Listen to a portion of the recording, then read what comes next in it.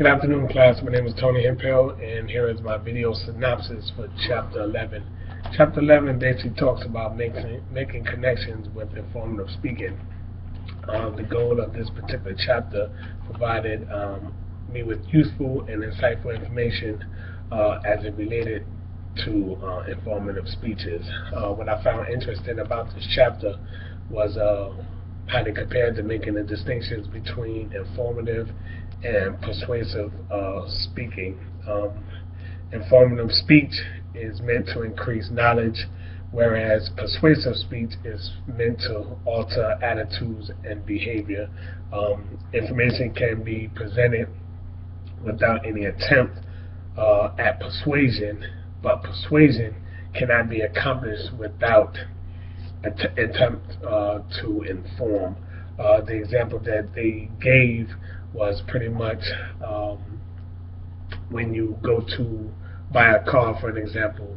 A car salesman would try to give you information about the car, such as the price, the interior and exterior of the vehicle, and definitely try to persuade you to buy the car from this particular dealership as opposed to going to another shop. So I thought that was really important information to know. Topics for informative speech was really helpful. We are coming up on an assignment that has to be done for informative speech, and this particular section was really helpful. It mentioned about making connections with others through communication and how easy it is when they see the value and the useful information that you're trying to share with your listeners. What I took interest in was what's in it for me. When you first select a topic that you like, you must know something about it. Then you need to think about your audience and how they're going to react to it. So that was pretty helpful. That was something I take in consideration as I prepare for my informative speech assignment.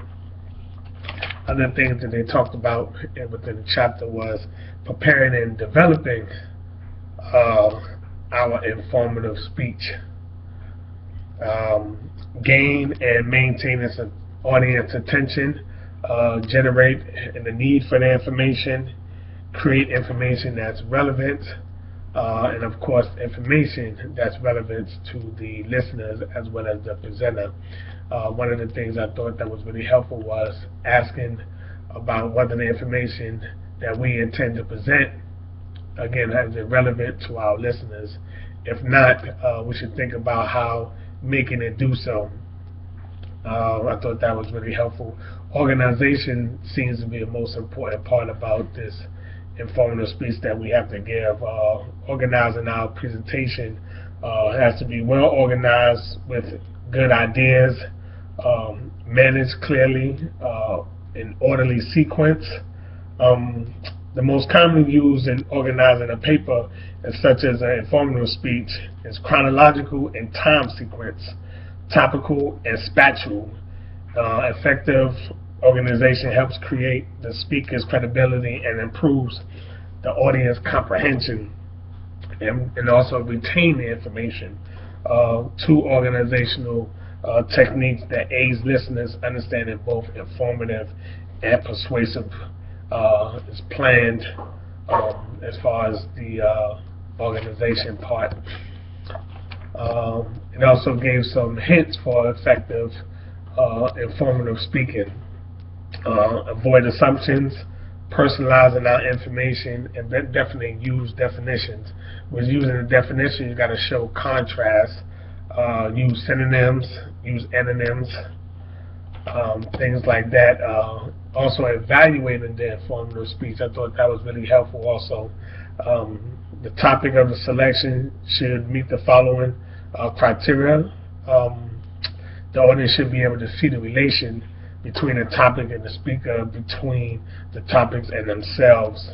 General requirements, the purpose of the speech, how clear it is, comes across to your listeners, the speech purpose, and of course an audience analysis. Language choice I thought was rather interesting as well, discussed in chapter 11. The language choice can enhance and clarify ideas considerably. Our language choice should be appropriate for the assignment, as well as the word choice. Of course, grammar should be really important. Word pronunciation also should be corrected.